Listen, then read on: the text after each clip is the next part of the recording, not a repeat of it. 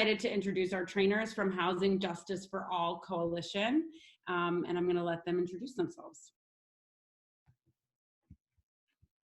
Hi, everyone. I'm Sumati. I'm a tenant organizer in Brownsville and a member of the Housing Justice for All Coalition.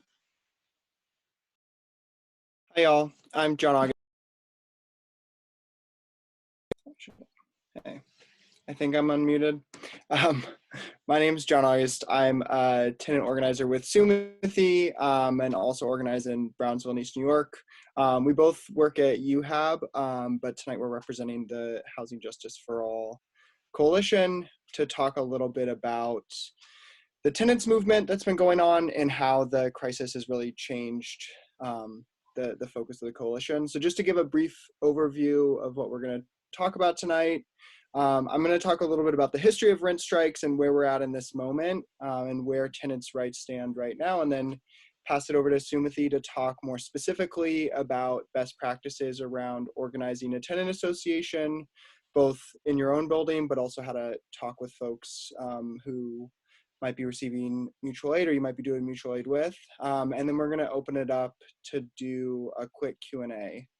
Did you have anything you want to add, Sumati? No. Cool. So rent strikes are one of the most powerful tools that tenants have. They've been going on for over 100 years in New York City. The first rent strike was back in 1904 as a bunch of Jewish immigrants fighting for, even before tenants had access to leases, fighting to stop evictions. And throughout the tenants movement, both in New York City and across the world, nothing's ever given, it's always fought for. So the vast number of rent controlled and rent stabilized housing that we have today in New York City, and the affordability protections, the conditions protections, all of those are obviously fought for and won by tenants, often using tactics of striking. Housing Justice for All, which Sumati and I are members of, is a statewide coalition of tenants and unhoused folks from across New York State that was founded, I think, in 2017 to really ramp up and fight for the 2019 rent laws. So back last year in June, the rent laws that protect rent stabilized and rent controlled housing were up for renewal. So tenants from across the state came together and put pressure on elected officials to not only protect those rent laws, but expand rights for tenants and close a lot of the loopholes that landlords have been using since the 90s to raise rents and to illegally deregulate units. So the 2019 rent laws are really a first step in kind of getting back to a place where tenants are secure and we're not fighting against losing affordable housing and losing rent stabilized housing, but we're really fighting to expand access to affordable, decent housing. So when we started this year after the big win in 2019, we were fighting for a homes guarantee. So that looks like an end to homelessness, an end to evictions, universal rent control, and essentially an end to housing as a commodity and really focusing housing as a human right. But obviously a lot of that has changed with the really horrible budget that got passed at the state level that gave no new money for housing, that gives Governor Cuomo a lot of control over cutting more programs, cutting more access to NYCHA, cutting more money for affordable housing. And it's really frustrating for the tenants movement, but I think this crisis really opens up an opportunity for us to shift what is possible and shift the paradigm. So we've already put a lot of pressure on Governor Cuomo as a tenants movement, and we won an eviction moratorium that the governor signed through executive order. So that means that nobody can be evicted for any reason, whether that's paying rent, whether that's like illegally subletting a unit, until at least June 20th. So housing court is essentially closed for everybody until the 20th of June. And it could be that, depending on how the crisis goes, that could be extended. But we know that even with this eviction moratorium, if we don't do anything, a lot of people who are out of work are going to end up homeless come the end of that moratorium. So back in before April, when the eviction moratorium was announced, we started planning for a statewide rent strike that's starting on Friday the 1st. So we know millions of people are going to be not going to have a choice. They're going to have to strike because they don't have money to pay the rent. And we also know that this crisis presents an opportunity for us to highlight the really horrible conditions a lot of tenants are living under, and the crazy fact that we have evictions at all, especially in these times of crisis. So what we're really looking to do is not only kind of elevate the need for housing as a human right in this moment, but using this crisis moment as a place where people in the future are going to look back and say, like, this is insane that people were ever evicted in the first place, and using this moment as a way to break the status quo. When we're talking about building power of tenants and building solidarity for folks, we're not just talking about doing this work in the moment. We're really talking about how can we use this moment as a catalyst to bring in a lot more people into this movement and bring in and unify folks that are homeless, rent stabilized tenants, market rate tenants, and working class people into the housing justice for all and the tenants movement statewide, to make sure that we're protecting each other through this time, but also building power for the future so we continue to make sure that we're protected. So I'm going to pass it over to Sumati to talk about kind of what steps we can take to engage with folks, both in our buildings and then also when practicing mutual aid. Thanks, John August. Yes, so we're currently, trying to organize buildings all over the city, all over the state, and, either as an end goal of going on rent strike, or not an end goal, but either as a goal of going on rent strike during this crisis, or just to build long-term tenant power in our neighborhoods. So I'm just going to go through some of the basic steps of organizing a tenant association, particularly during this time where we can't, necessarily knock on doors and talk to people and have buildings and lobbies. Meetings and lobbies. But for the first step, always, either, now or in more normal times, is to do outreach to your neighbors. And so either if it's in your building or in a building that you are working with in terms of like grocery delivery or anything like that, the first thing you can do is try and flyer the building, putting flyers under doors or taping them up in the halls. If it is your building and you already have some phone numbers, you can try and gather those together into a group text or WhatsApp. I'm going to share the flyer that we've been using, that the coalition has been using. I have it in a lot of different languages, but I'll just share the English one for now, and then at the end I'll share the rest of them. So this is the flyer that we've been using. You can modify it to include your contact information on there and have people reach out to you with their numbers, so you can start gathering a list of people in your building. So once you've gathered your list of people and you talked to some of them, yes, please wash your hands before you print flyers and put them up, or use gloves when you're putting them up. Best practices always.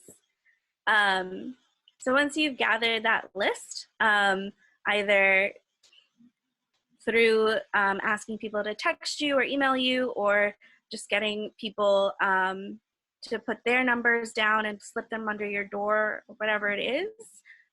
Once you get that, try and set up some communication strategy with your tenant association, either through a group text or whatever works for folks, and start talking to people. Organizing always, and organizing in tenant associations is all about building relationships with people. So if your building already had some tenant association or some amount of relationships in the building already, that's great. But if not, there's no time like the present to start talking to people. And so I would start having one-on-one conversations with your neighbors who are interested in what's going on in their lives. Like, are they able to pay rent? Can they not? Do they lose their job? Just start getting to know them in like a casual but political way. Once everybody is sort of together, you've talked to everybody, you can try and set up either a Zoom meeting or a phone call with all of your contacts in the building and start sharing your own story with your neighbors. Talk about, you know, why you want to go on rent strike, why you want to ask the landlord to cancel your rent, whatever it is, and try and connect with them and keep building the relationship together.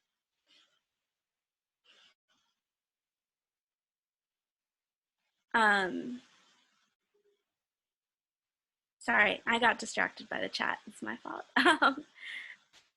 So in terms of agitating the landlord and the governor towards a rent strike or towards canceling rent for everybody in New York State, there are some simple steps that are outlined in the toolkit that John August is sharing with everybody. So the first step is generally to write a letter to the landlord asking him to cancel rent, saying that, you know, the tenant association is ready to go on rent strike if you don't cancel rent. And you can gather petitions in the same way before sending the letter. So asking people to slip, like slipping the letter under people's doors, asking people, texting people and asking them to sign on virtually, and then send the letter to the landlord. And that's your first step. And then after that, there's other ways of escalating.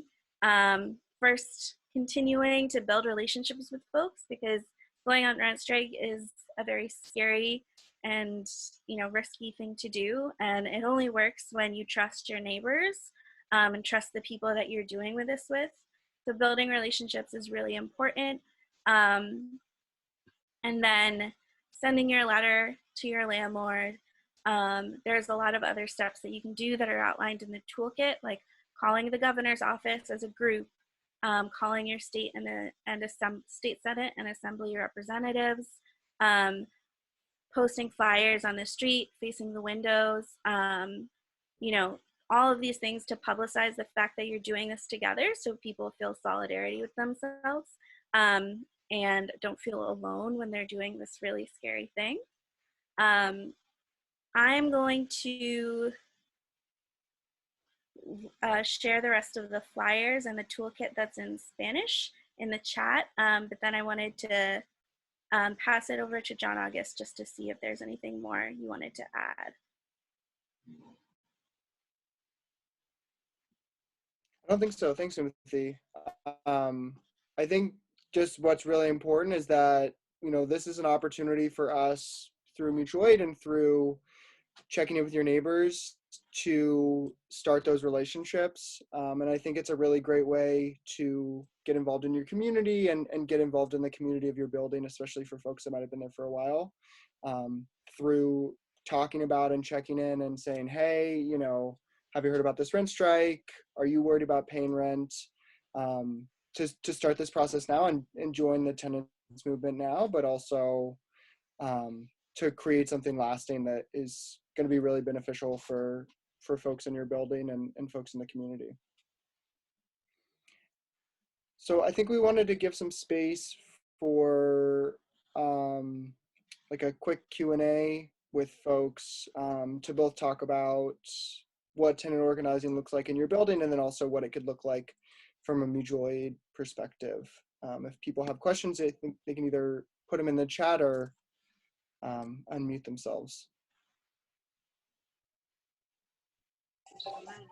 What do you mean?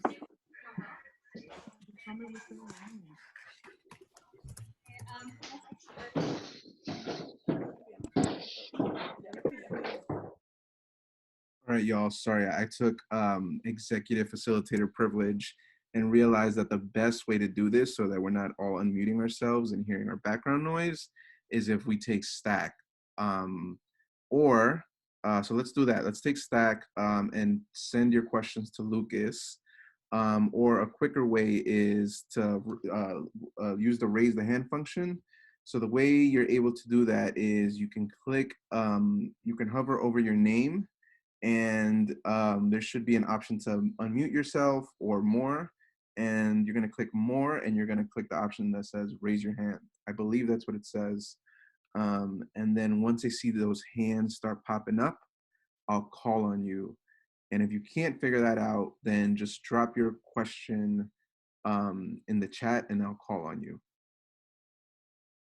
And maybe I can help kick us off again, Lucas from Mayday. The practical way that this can be an important place to come together, the tenant movement and folks who are doing mutual aid. From our perspective, like when we're bagging groceries, it's also an opportunity to put materials in those bags. So we printed out some items that had like legal resources and also links to the toolkit itself for the tenants that are in the area around Bushwick that we're mostly delivering groceries to. So I was just curious if you guys could talk about if you're in a place where you've actually tried to start a tenant association, do you need to file it as like a official entity? Is it best to work with a local legal service organization or tenants' rights group? Are there many tenant associations that operate independently of that? And yeah, if you could maybe start with that. Yeah, I can answer that. You don't have to file anything to be a tenant association. You can just organize. It doesn't have to be very official. If you want to go forward with something like a rent strike, then yes, you should contact legal services or legal aid in your area. It's always helpful to work with an organizer, but if you think that you can do it, you can definitely do it by yourself, and you should. The more people who are organizing tenant associations, the better.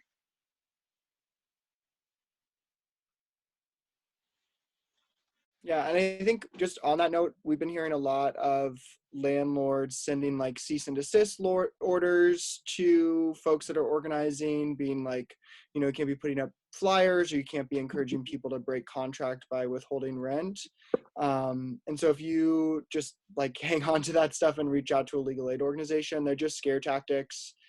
We won the right to organize, and landlords can't deny you like space in a building to public space in a or communal space in a building to use as organizing space.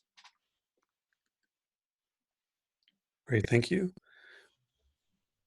Thanks, John August. And it looks like LJ has a question, so go for it, LJ. My question has to do with basically the size of your tenants association. So like in my current building, there's only 6 apartments. But like in the last building I was in, there were like 30 apartments. So I'm just wondering if they're like, do you have to get everybody on board? Do you have to get a majority on board? Like what have you seen be successful in terms of like critical mass? My question is about critical mass, I guess.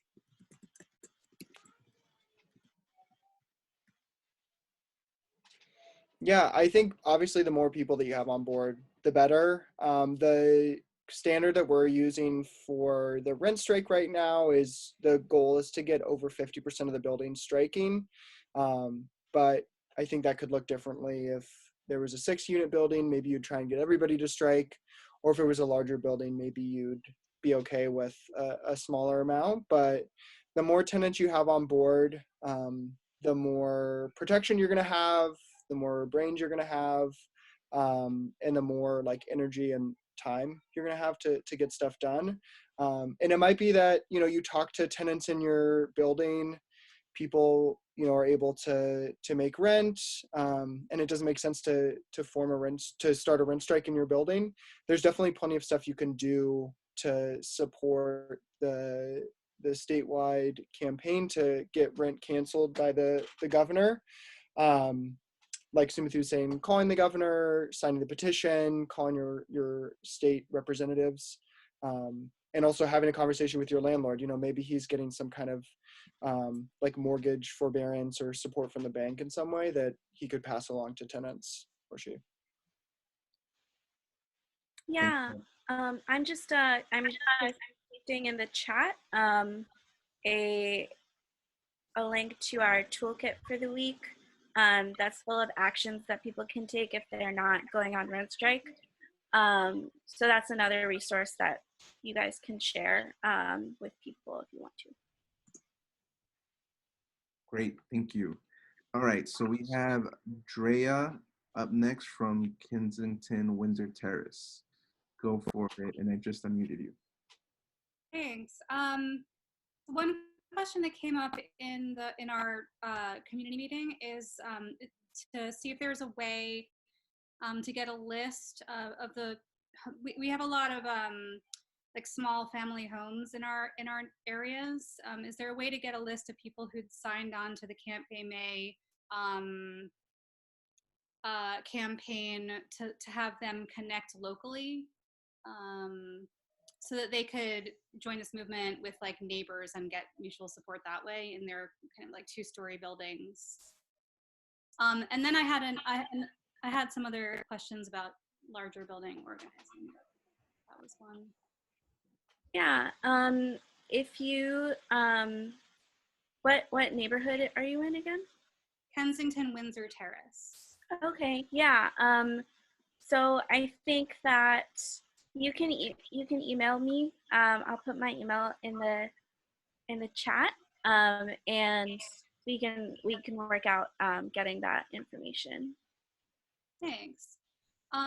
In terms of larger building stuff, I probably should contact tech folks, but I'm in a 150 unit building, and a lot of people are not communicating, and also there's a desire that I have and some other people in the building to be anonymous until things should go forward.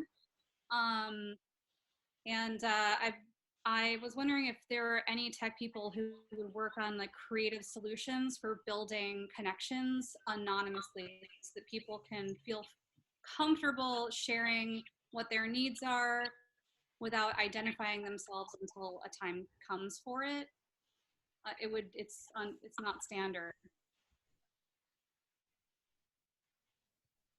But and there might not be nobody on here who could answer it, but that's something that's come up because there's been some effort, and then there are a lot of people who are not communicating, and this way each person could sort of see, you know, for themselves based on what else is going on in the building, what their moves could be, who, you know, like how many people they might connect with, you know, even if we have only 20% of people who need to and are willing to strike, like what, you know, just having that information with amongst people who feel safe expressing it could help things move in one direction or another.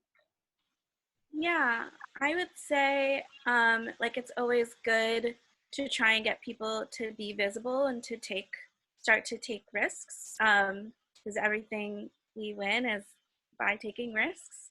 I think it might, something that I have done in buildings during this time is try and do a poll where people can like just answer anonymously whether or not they have trouble paying rent during the crisis or anything like that, and then you could show it to people, and if there's like a huge majority, it like shows people that they're not alone, and that like we can get like our part of this work is getting rid of the stigma that like you lost your job and you can't pay rent, that means that like there's something wrong with you, and we know like now it's even clearer than it was before that it's because of the system that's unfair. So that's what I would say. Thank you. Thanks for taking the time. Great. So LJ had another question. Go for it, LJ. Does anybody else have a question? I don't want to go for my second round before other people get their first bite. but I feel like other people might have this question, so I'm going to ask it. So this is kind of an organizing strategy question, and I'm sure that part of the answer is like, well, it depends on the situation, but like knowing your landlord, even like just a little bit, versus having your building being owned by like a corporation that owns a ton of other buildings, I feel like you would approach those situations differently. So I'm wondering, I guess that I'm like wondering if you could offer any insight around how much you want to like approach your landlord with a sense of like compassion and this is, we're all in this together, and like, you know, like to try to reason with them, or if you want to come like out of the gate being like, fuck this shit, we're not paying rent. Does that make sense? It's just the like the yeah. Yeah, I would say like always start with the like nice request, because then you have somewhere to go from there. So like start with saying like, you know, blah blah blah, this crisis is really affecting us. We're asking to like cancel rent for this duration of the crisis. They'll definitely probably say no, and then you have somewhere to go and escalate from there. Like, okay, so we're not paying rent. And I just I think this is the right address, but even if you see your landlord sometimes, he still might own like 50 buildings in the neighborhood and be really terrible. So you can go on this site, whoownswhat.justfix.nyc. That's right? And then you can type in your address and it'll show you all the buildings that your landlord owns.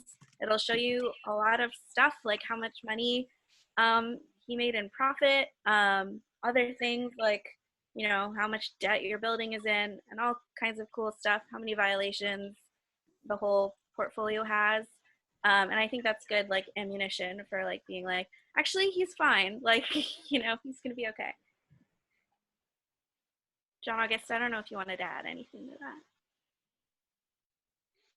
that. Yeah, I think that's something that the coalition's trying to talk about and address in our demands. So the goal is to get Governor Cuomo to cancel rent for everyone, regardless of where you live or how much money you make, or your ability to pay.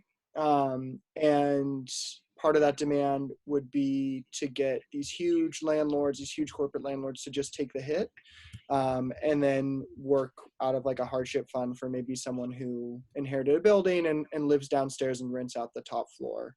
But I think Timothy's exactly right. Like, you know, you don't want to come out of the gate swinging, because then you don't really have another place to go. So it makes a lot of sense to, you know, ask for a meeting. And there's some sample language in the toolkit that is in the chat that has an example letter that you can send to your landlord.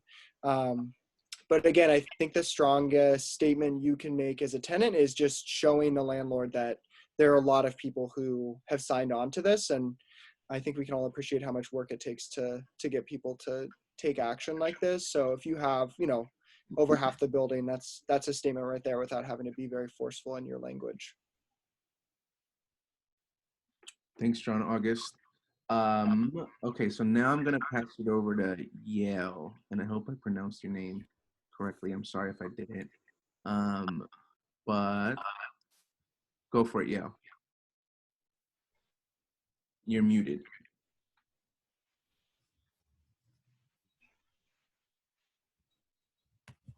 Yale, are you there?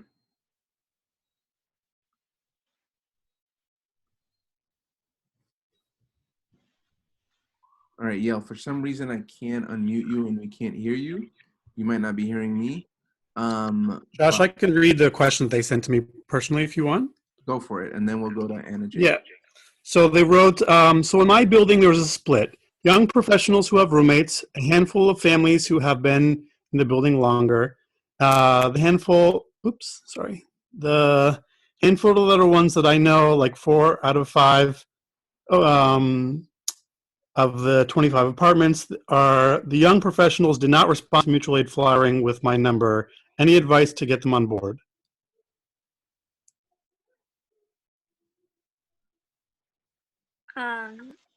I can go first. I think, you know, it's hard to get people on board, especially if they may not be affected by the moment that we're in.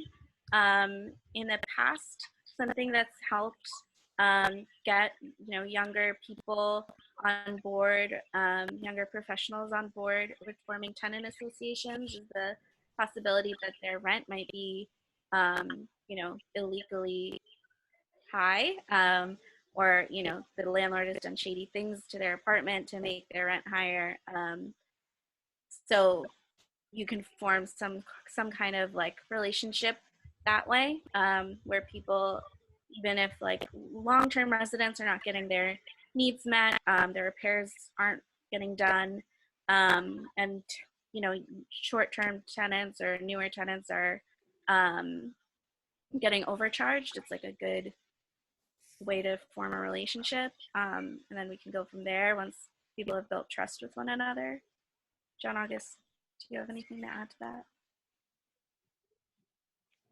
Yeah, I think that's a problem in every single building that anyone's ever tried to organize. Like, there's just people that are scared, or people that are not like motivated enough to, for whatever reason, to organize. I think really just like trying to build those relationships, and you can start off with a tenant association of 3 units or 2 units, and organizing and change takes a long time, and so it can be a place for you to begin, and then hopefully figure out what is making those tenants upset, and what kind of like agitation can you provide to tie that to actions that the landlord's taking. But I think that is the $1 million question.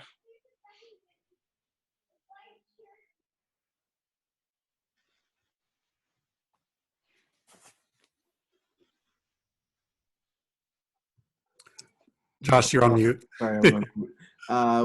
We have a space for one more question, and it's similar to this one. So I'm going to pass it over to Anna Jacobs to ask it. And Anna, go ahead and unmute yourself.